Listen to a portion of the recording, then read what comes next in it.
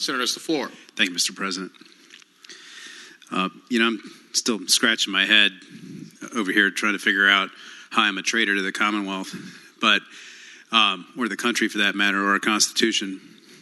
From my point of view, this bill, especially as amended, we probably made 15 or 20 amendments to this bill to improve the due process protections as the other side pointed out the problems in it.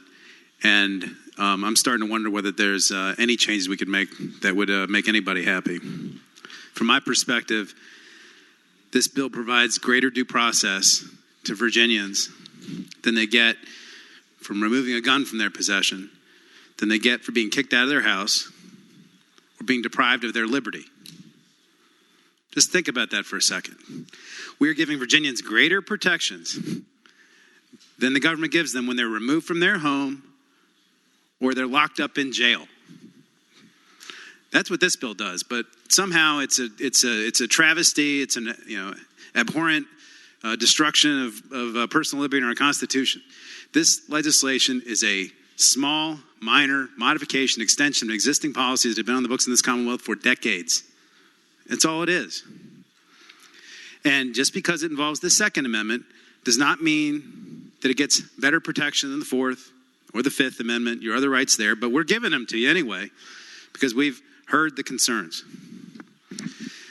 In terms of the search warrants, today, if somebody accuses a Virginian of either a domestic partner, husband, wife, child, roommate, boyfriend, girlfriend who live together, accuses them of either hitting them or threatening to hit them, a protective order is issued. That's the law today. Under that law, you have to give up your gun.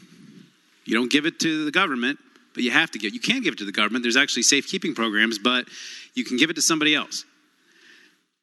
However, if somebody walks down to the police department and says, you know what, my husband, who's now kicked out of the house, is still walking around with his gun in his apartment, his hotel room, his brother's house, his parents' house, wherever he went, you know what the government can do? It can go get a search warrant. It can go into their house to get that gun because they're breaking the law. And that's what this bill does.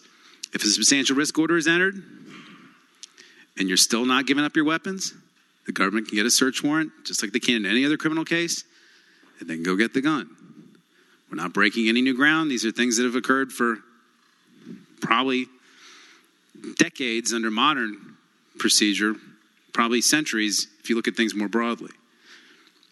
And the last thing I'll say is that in terms of the danger that's created, our law enforcement officers do a lot of dangerous things. That's part of their job, and we're all sensitive to that.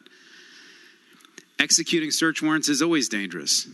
Whether you're going into a drug house, whether you're going in to recover fugitives who don't want to be taken in, we asked law enforcement to do that.